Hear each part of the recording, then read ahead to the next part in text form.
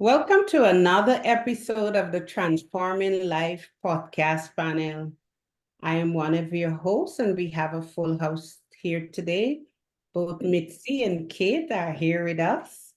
And we also have a guest, Kathy, whom I will introduce shortly. But customarily, Kate, over to you for our 1 minute relaxation and grounding. Thank you so much, Sharmin. So I would love to just offer you some space to just connect to your breath. If it feels comfortable to close your eyes, you're more than welcome to close your eyes or just rest the gaze off the tip of your nose. I would love to bring awareness to your skin today. This beautiful organism that covers our whole body, that protects us from the elements, brings awareness of touch, of pain, heat, of cold. My understanding is it also takes in vitamin C and D and nourishes our body that way as well. So with each breath, just to express gratitude to our beautiful skin,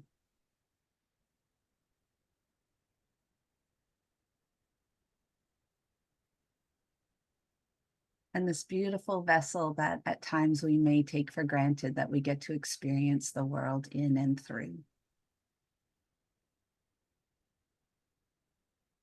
And to offer yourself another round of nourishing breath.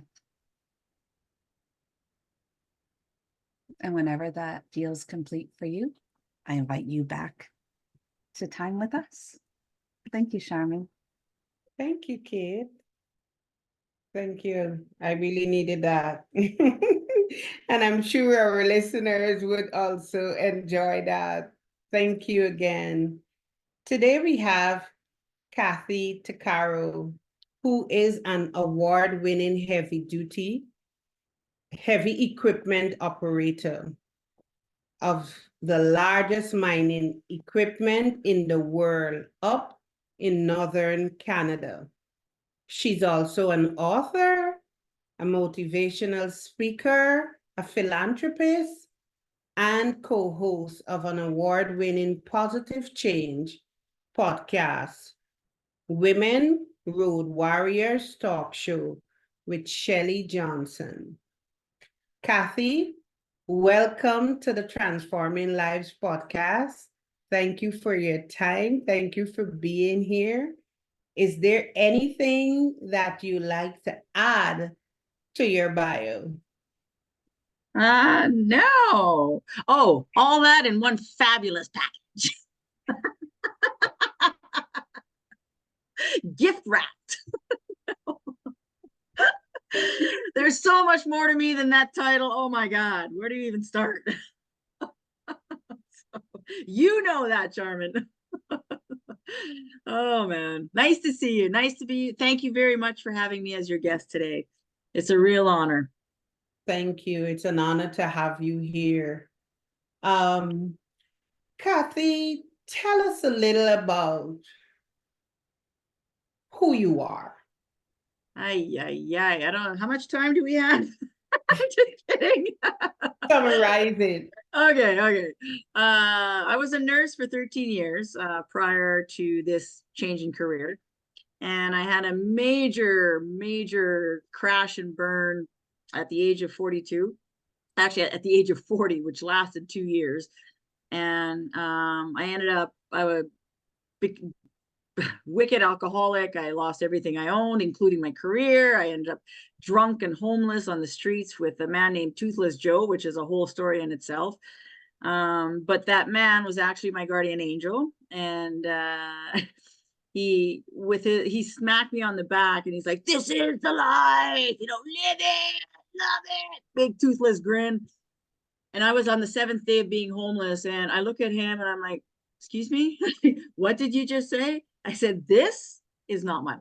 And it was my, I call it a God smack, because it was my moment in time where all decades of depression and just pain and trauma, whatever, it just shattered. And I saw crystal clear. And I knew then, well, I've always known for a long time, but I knew that that was my moment, that my bigger purpose in life was not to be standing drunk and homeless beside that guy. And so I turned around, and although I had nothing, I had been robbed. I literally only had the clothes on my back. I had no identification. I had nothing, but I had my mind enough to say, this stops here. And I turned around and I went to the hospital, got some help, and ended up going to a year-long women's program called Wellspring. It's a faith-based program through this Christian organization up in Canada, the Hope Mission. And from there, I needed a career change. But I mean, how do you change careers, Sharmin, at 42? You know how freaking hard that is? I mean, I don't know what I like. I don't know what I don't like. I don't know what I'm good at. I mean, all I knew was nursing. Like, talk about taking your identity away. And it was super hard. So I ended up going to a career planning workshop to find out what I wanted to be when I grew up at 42. A big girl. And after 3 days of personality tests, aptitude tests, the test came back in big letters on the sheet. It said heavy equipment operator. I'm like, you've got to be joking. I mean, I started laughing so hard because I thought it was the most ridiculous career I've ever. I'm like, what? I said, there's no way. I said, I'm 42. I'm a woman. I don't even like equipment. I'm not mechanically inclined. To this day, I still can't change a flat tire. And I said, honestly, it's a man's job. There's a dude next to me. And I said, it's probably his. Your test is wrong, right? So I gave it back her sheet. She pushed it back, put a hand on her hip, went like this with the glasses, and said, if only you believe in yourself a little bit, missy. She said, you'd see the test is right. So I folded my arms. I'm like, this is bullshit, man. I just wasted 3 whole days. So I'm kind of going off in my own head. She turns around, puts this video on YouTube from Les Brown, the big motivational speaker, called It's Possible. And he was talking about, if you have a dream or a goal, don't ask yourself, can you achieve it? But instead, is it possible that you can achieve it? And that one thing got into my noggin here. And I realized, well, wait a minute. I used to be a really good driver. I used to race cars when I was young. I said, I could be a truck driver. And I was thinking the 18-wheelers. I said, oh, I could do that. So this woman sent me to a nonprofit organization in Canada, which is called Women Building Futures. And the day I walk in, had I gone a day earlier, I'd have missed it. But I went the day I walk in. There was a pilot project offered from ExxonMobil, the biggest oil and gas company in the world. They were paying for 16 women to take a 12-week heavy equipment operator course. I didn't really know. All I saw was, the title was haul truck operator. I didn't know what a haul truck was, but all I saw was 10 days on, 10 days off. And I said, I'll take it. Whatever it does, I'll take it. I'll do it. But 158 women applied, Sharmin. And why would they pick me? I only had 9 months in recovery. I was still living in the women's shelter, in the women's place. The reason I think I got picked is because the desire to change my life overruled everything. It overruled all my fear, all my insecurity, all my questions, all my doubt. I wanted it so bad that if you asked me to do a backflip, I would do it. Whatever you want, whatever it takes. And I think if that kind of mentality is what it takes to change your life, because otherwise it's too easy to put your goals and ideals on the back burner if you don't have that burning desire, like flame inside you to change. And I had that drive. I was hungry, I was starving for change. So I did.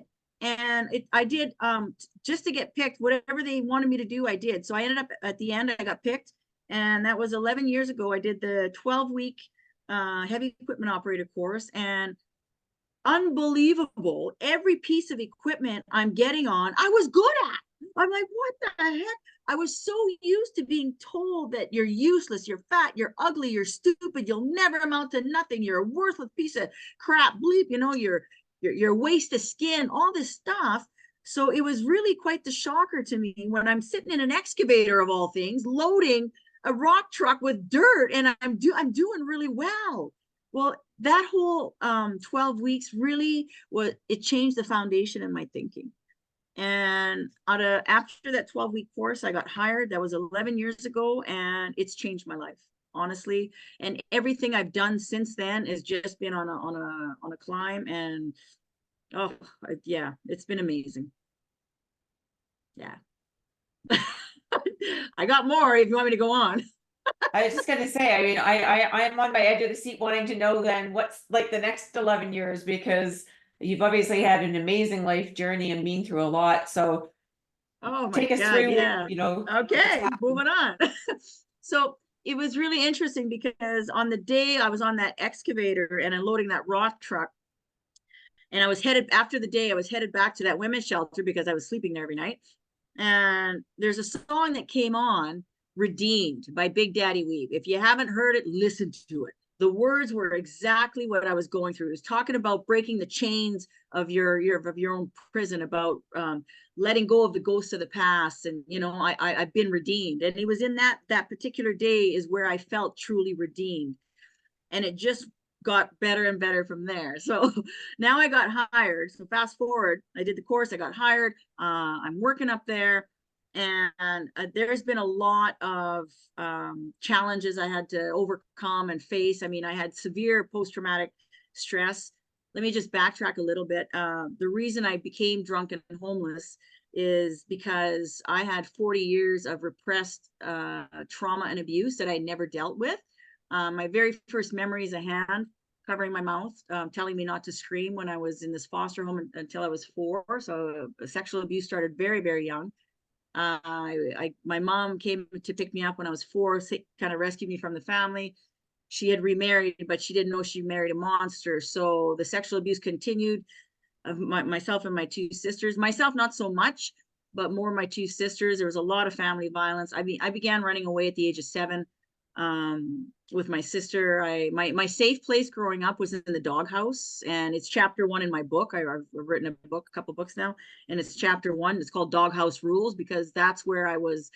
My very first conversations with God were happening there, because I've always wondered, because we were forced to go to church every Sunday, but we'd get beaten before going to church and pretend, you know, you have to sit all nice and perfect in church, then go home, and then the abuse just continues. So in the doghouse, I had all these conversations. Well, if you're such a loving God, how could these awful things be happening? I just didn't understand.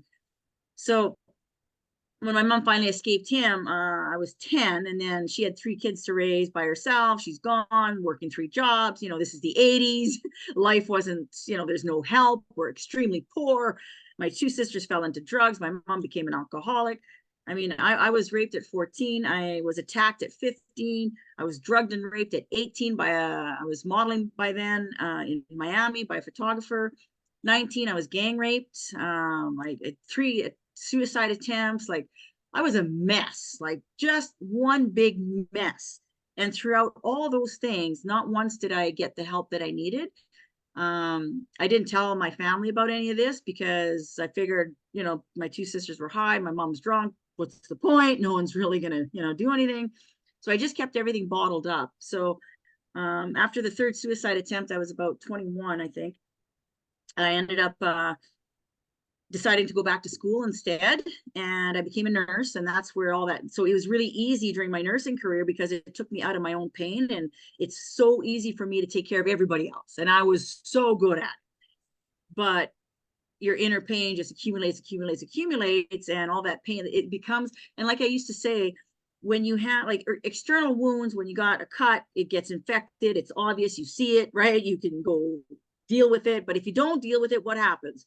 I mean, it can get, you know, septic, gangrenous, whatever, right? You can lose a limb. Internal wounds, they're the same, you just don't see it. So in my case, there was so much going on, and there was so little I had no coping mechanisms. I had no self-esteem. So it's building up, and it affects my decisions because I don't believe in myself. I don't have the confidence to do the things that normal people would because I'm so traumatized.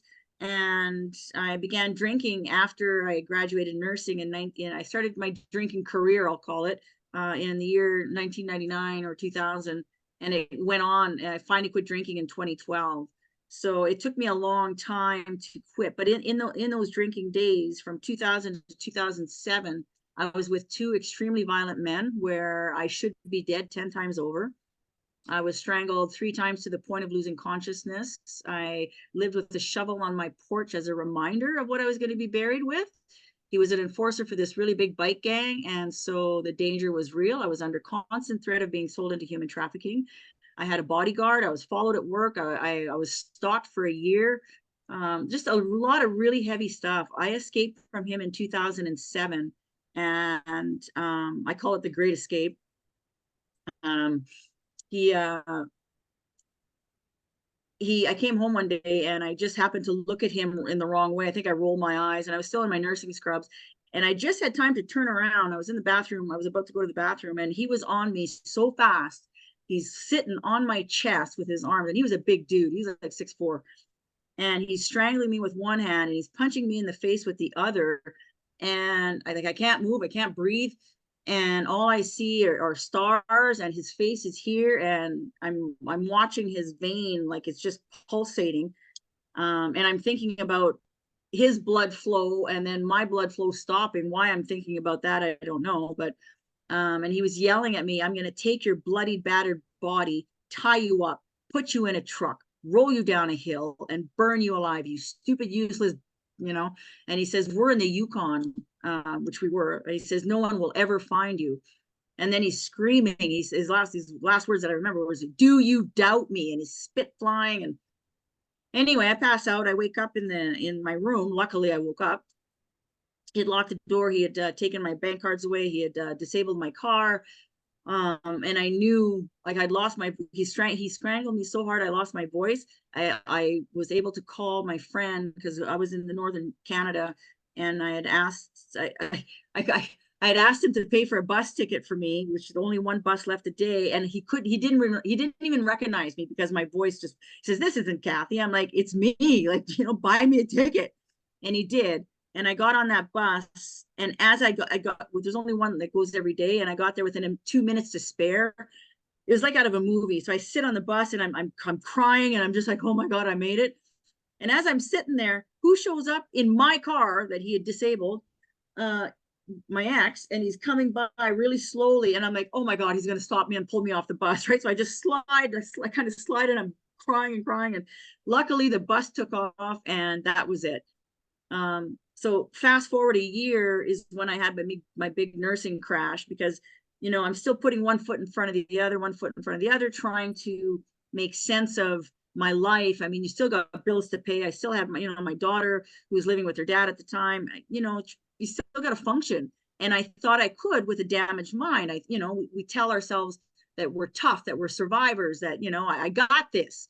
But in all reality, I was so broken from 7.5 years of this constant abuse that, man, I showed up to work one day. I got 10 people to take care of, and I'm looking at my list. I couldn't read the list. I couldn't see the words. I'm like, oh, like, I'm done. Like, I knew I was done.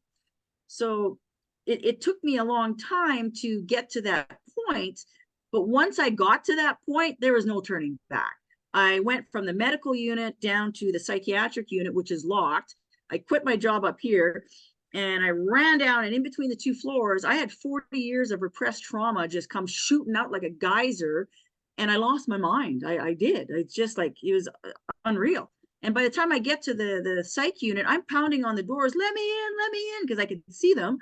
And they're actually on the phone calling, get her out. So 2 security guards came, they drugged me. One each arm, and they dragged me in my nursing scrubs. Yeah, look real professional, all the way down to the emergency room, and in a padded room so I wouldn't hurt myself. And that is where the first time I actually spoke to a clinical psychologist. I sat there for 2.5 hours telling him everything. I was 40 at the time, never spoke a word to anything about anyone to anything. And I was sure he was going to stamp me on the forehead, tell me I'm either bipolar, schizophrenic, multiple personality, like something, give me some happy pills, lock me up for that 72-hour mandatory evaluation, and then, go from there. So at the end, I said, well, are we going to go? And he's like, go where? I said, well, aren't you going to lock me up and give me some happy pills. And he's like, oh no, he says, my dear, he says, there are no amount of pills that are going to fix you. And I'm like, oh, thanks, man.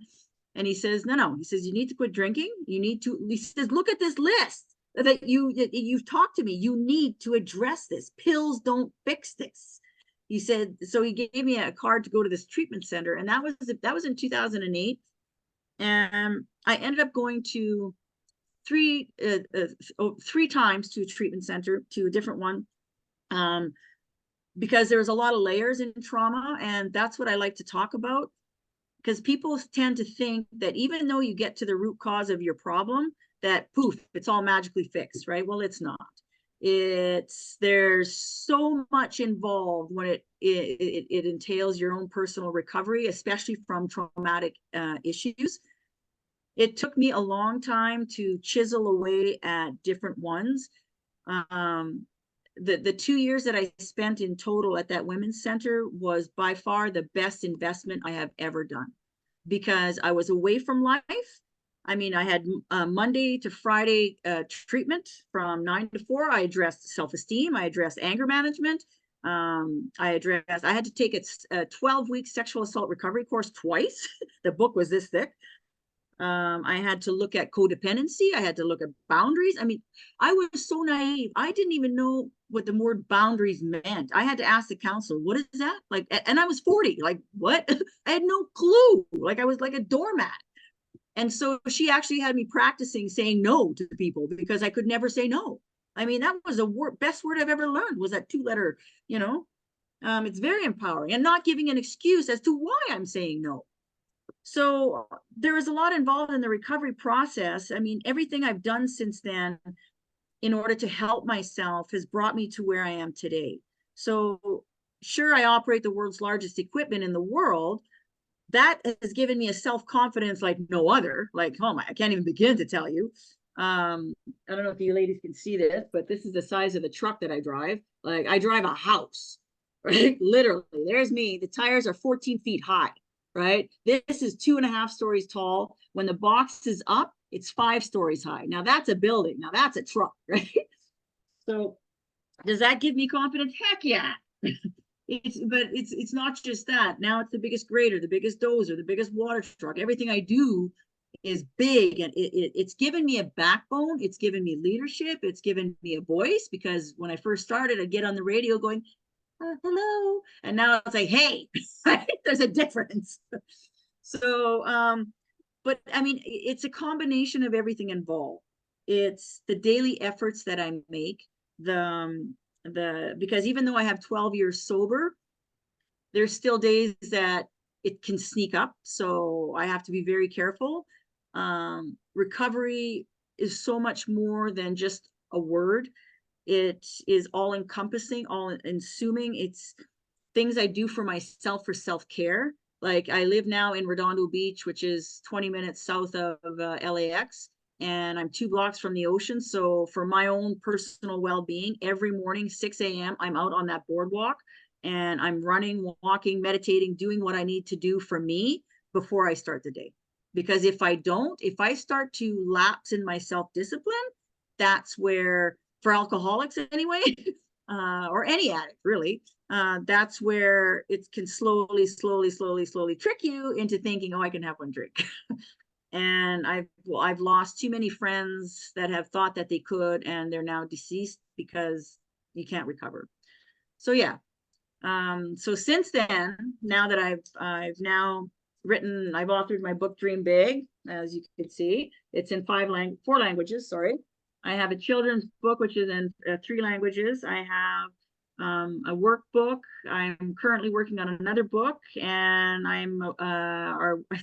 2 years ago, we started a podcast called Women Road Warriors, and we just won an award, which is super cool. I was featured in a magazine. I just got the magazine right now. It's on my kitchen though. Red silk carpet. We got a 5-page spread in there. I was the cover of a magazine last month for Lure Fashion Magazine. I'm going to be the cover of a red silk carpet for International Women's Month. And it comes out March 7th. Yeah, there's a lot going on. I'm accepting an award in Vegas, March 20th for outstanding leadership in education and learning, which is like, huh, what? So that's pretty cool. So yeah, I mean, the biggest thing I can say is when I look at the things that I've accomplished in the last, little while, is if only Toothless Joe could see me now. Right? That homeless dude, if only he could see me now. So yeah. That's some of it. I haven't even talked about my charities, but anyway, yes, that's some of it. I've been busy. Very, very inspiring for everyone to just see once you hit rock bottom, make that decision and you connect with and find the people that can help you on the right path. Like you said, the lady you said to,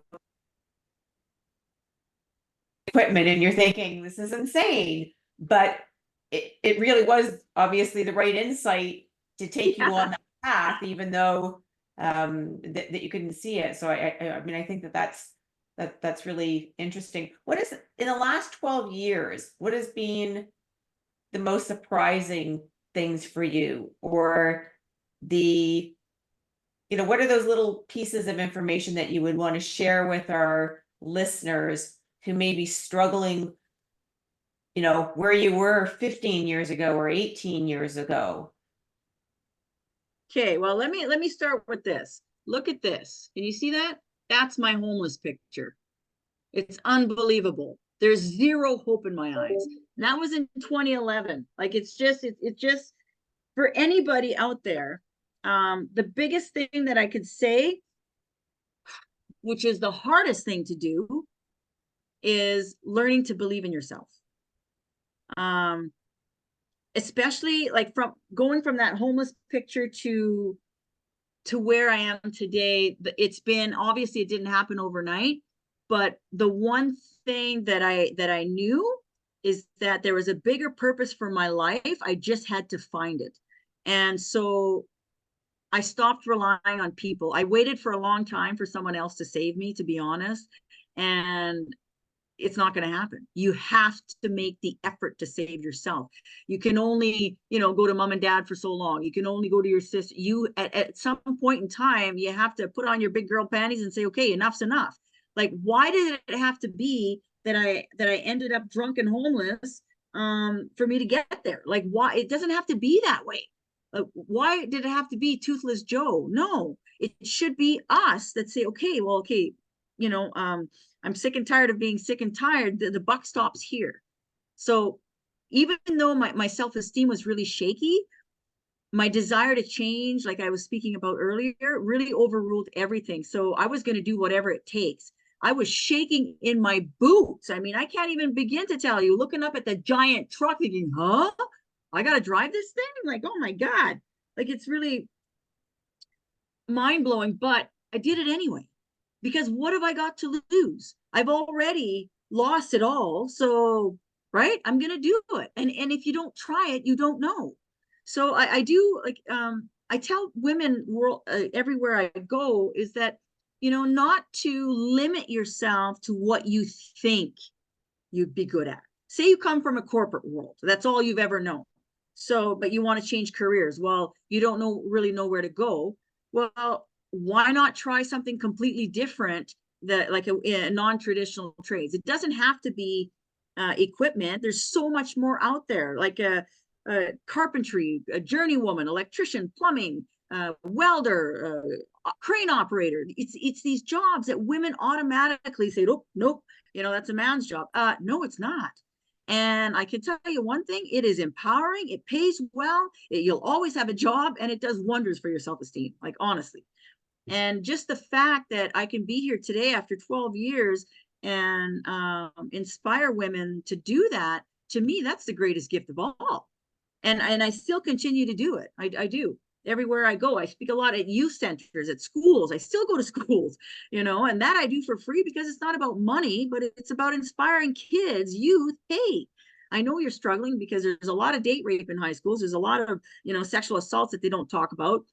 to have that voice, press the charges, do what you got to do, you know, stand up on your own 2 feet and be a voice in your own story.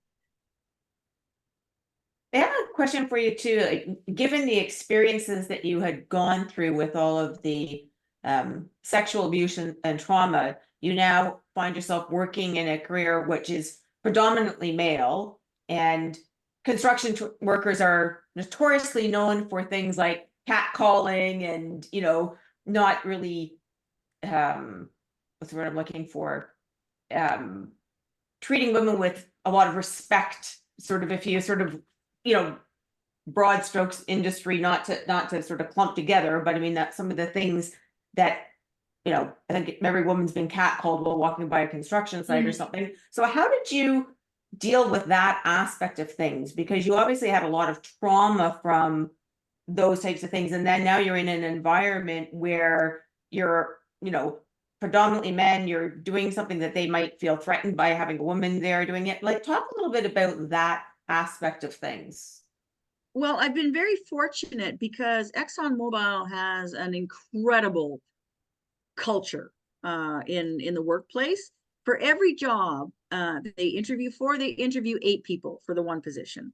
They weed out any attitudes, any people that aren't willing to learn, or you know, so there's absolutely zero tolerance for anything like that. We're no foul language, even no shirts with you know, vulgar sayings on it. Like, everything is very, very kind of strict.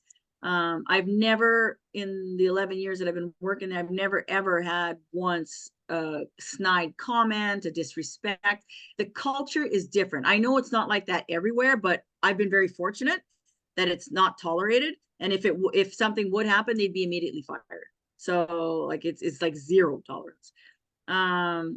What I can say is that going into that, I was still very fresh in recovery, and I knew it's a very male, because a lot of my stepfather was 6'4", 300 pounds, like this.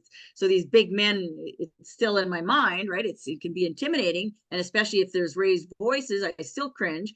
To this day, if somebody comes up behind me and makes a loud noise or scares me, I literally jump out of my skin. I can't seem to rid myself from that. But getting there, I knew that would be, it's an issue. So I had to literally self-talk my way through my emotions, because recovery taught me, it's one thing that recovery did teach me, is that when I'm starting to feel that panic, that, you know, the itty bitty shitty committee in my head that's telling me otherwise, I have to challenge that committee and say, no, you know, okay, why am I thinking this? Okay, since I have to, it's almost as if I have to pull myself out of myself, reassess the situation, sort of thing, from a different perspective, then I can talk my way through it. Okay, I'll give you an example about PTSD. So the very first month I'm working there, I'm very shaky. I got zero self-esteem, but you know, I'm trying to build it up, right? So they asked me to drive this big honking truck through this intersection, and so security, it's so big that security has to come on either side of the road so that no pickups would come in. So, you know, it's a safety thing. So they blocked the road, and now there's pickups, for as far as I could see, there's maybe, I don't know, 20 pickups each side waiting to keep on, right? As I'm coming through this intersection, the most inopportune time ever, I get the worst PTSD flash of my life. So I'm in the middle of the section, and I'm driving the truck. I lost all sight of what's in front of me. All I had were visually, it kind of hit me from behind. All I had visually were the most humiliating moments of my life. Like, I had flashes of them, and I can't see the road. I got goosebumps just talking about it. I could hear, you know, the name calling, and it became almost like the eye of the hurricane of all my trauma was in that moment as I'm driving through the intersection. And I started to hyperventilate. I can't breathe, and I'm, you know, my eyes are watering. And so somehow, I don't know if it's that drive that I talked about earlier to change. All I did was roll down the window, and I said, oh, hell no. And I took all that crap, and I just kind of I just physically took a ball of air and threw it out the window. And I said out loud, as I'm taking deep breaths, I said, my past does not define my future. And so in doing that, what I did is I got rid of all that negativity. I did not allow that moment to overtake me. So I got rid of it. But so in now what it did is that I had a gaping hole here. So now it's throbbing. I got this gaping hole. And what I've learned in recovery is that when you get rid of a negative, you got to replace it with a positive, right? So there's balance. You can't just leave it wide open. So in order to, I did the only thing I knew. My reflexes did this. So I'm in the middle of the intersection. There's people everywhere. I started doing the queen wave, right? So I'm waving. I start blowing kisses. I'm like, hi, Kathy. So stupid. But all like people couldn't see, they're not looking at who's driving the truck. They're looking at the tires and the sound, and it's men, right? They're smoking cigarettes, looking at the truck. Had nothing to do with me, but for me in the cab, it changed everything. Because all of a sudden I took my power back. That queen wave, I still do it to this day when I'm feeling shitty, right? So, but what it did, and so after the queen wave, I'm thinking, wait a minute, all those assholes, excuse my language, all those buttheads that, you know, told me I was a waste of skin, I was this, who is driving this truck? I am, not them. They're probably in jail, which I hope so, but do you know what I mean? Like that whole shift of, I'm the one driving the truck. I'm the one that's got this great career. I'm the one that's doing the effort. I got myself here. That from that moment on, I've never had a traumatic flash since. I've been able to, if I feel something coming, I'm able to talk myself through it, empower myself through it. And I tell that to women, you have to, I mean, you're the commander of your own ship. You either sitting in that crap in your head, or you get rid of it and figure a way out to empower yourself out of it, because really it's a choice, right? So am I going to sit there and, oh yeah, focus on every negative thing I've ever done when I was drinking? Like I did some pretty shitty things, excuse my, right? But no, instead I'm going to focus on something positive, and that is what's going to help you get out of your mindset. You have to learn to flip that switch, I guess is the bottom line.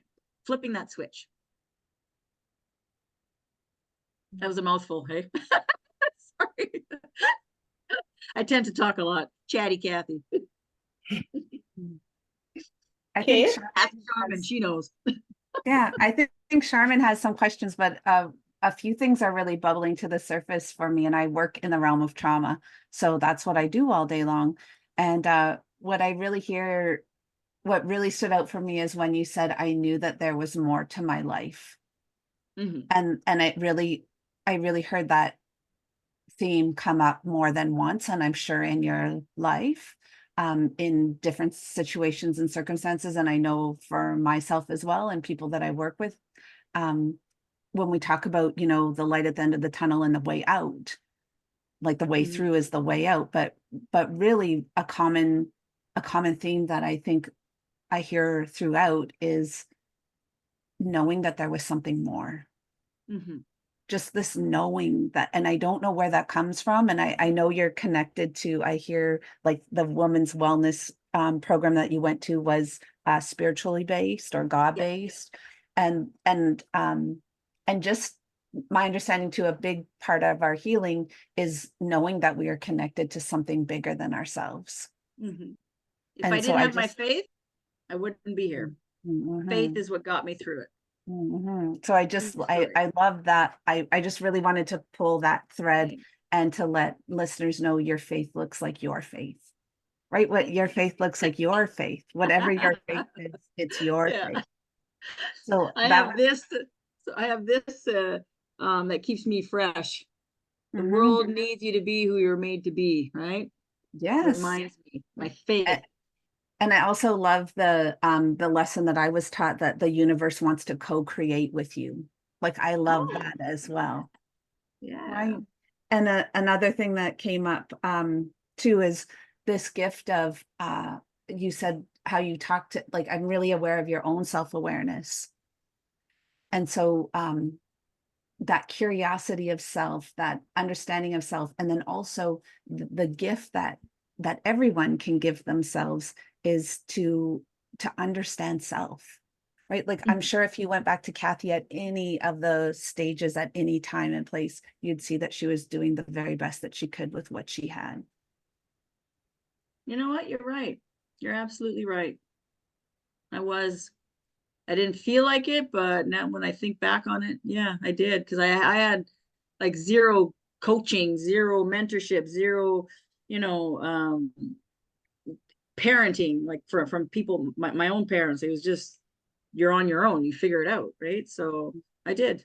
Thank you for recognizing that. And I also heard such beautiful bits of wisdom in there. And also, if you were to reflect, I'm sure that you saw whatever you did, right? How now with the eyes that you have, how maybe it doesn't make sense, or it was toxic, or what was I thinking, or whatever.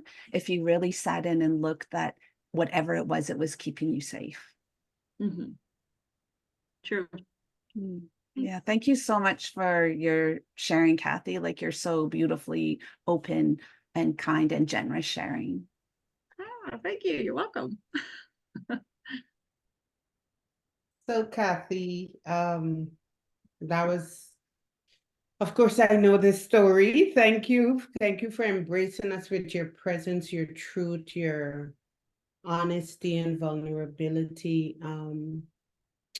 What would you say to the woman who is listening to us and feels trapped in her, be it alcoholism, abusive relationship? What would you say to that woman?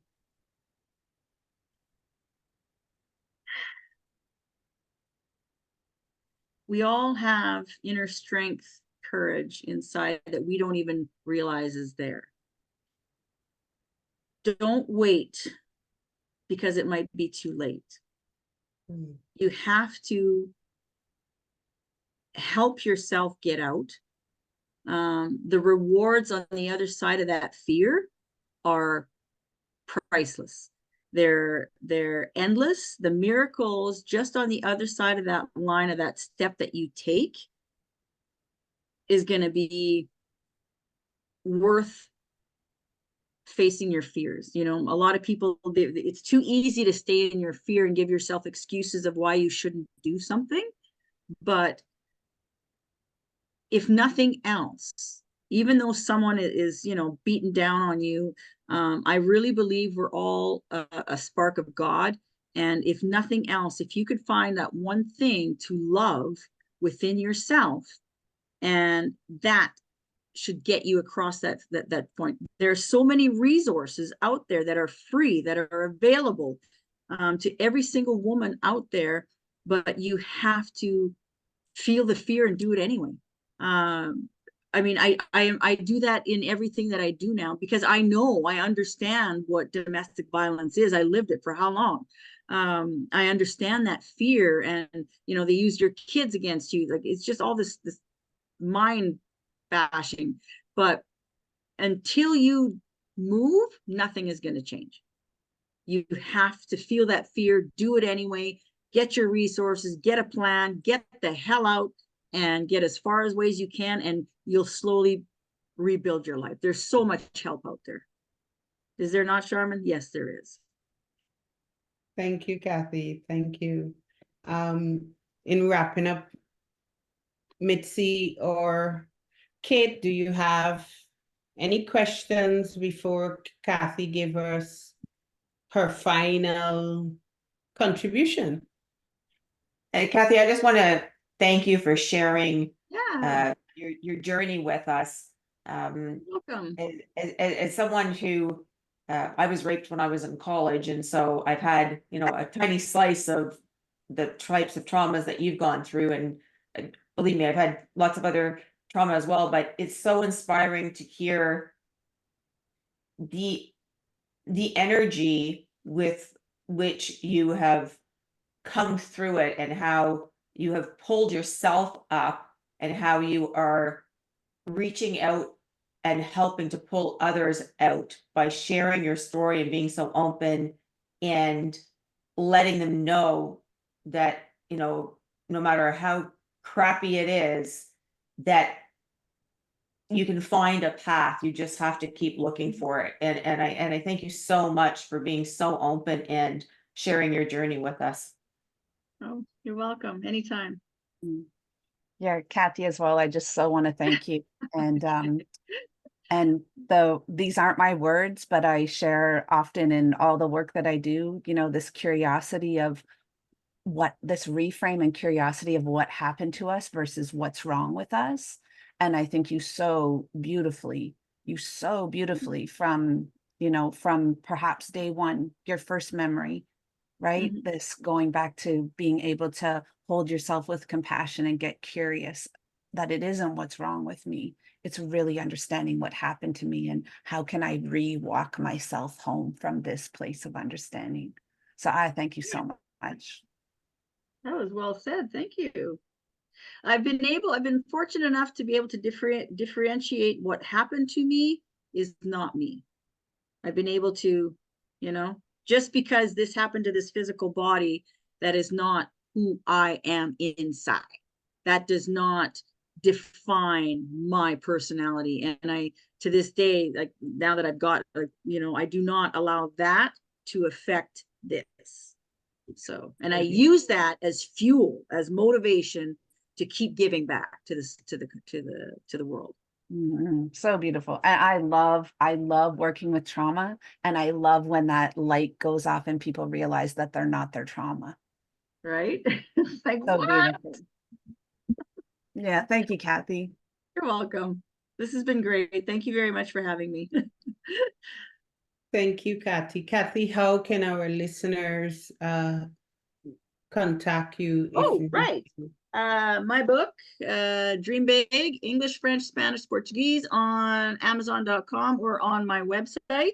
My website is just my name, kathychicaro.com. Our podcasts are womenroadwarriors.com. We have some incredible guests as well, experts, celebrities, you name it. It's a show specifically to empower women. And yeah, Sharmin's going to be our guest soon. So for International Women's Day, we're very honored to have her as our guest. And yeah. And you know what? I'm kind of out there. If you just Google my name, you'll find me. And I can honestly say that anybody, if they reach out to me on my contact page, I will respond. Instagram, I'm designer minor CA. So, and my name is Facebook. And so just basic stuff. So yeah, that's it. Thank you, Kathy. Thank you Thank once you. again. Hey, it's been a pleasure. I will add all the information also in the show notes. It was a pleasure having you.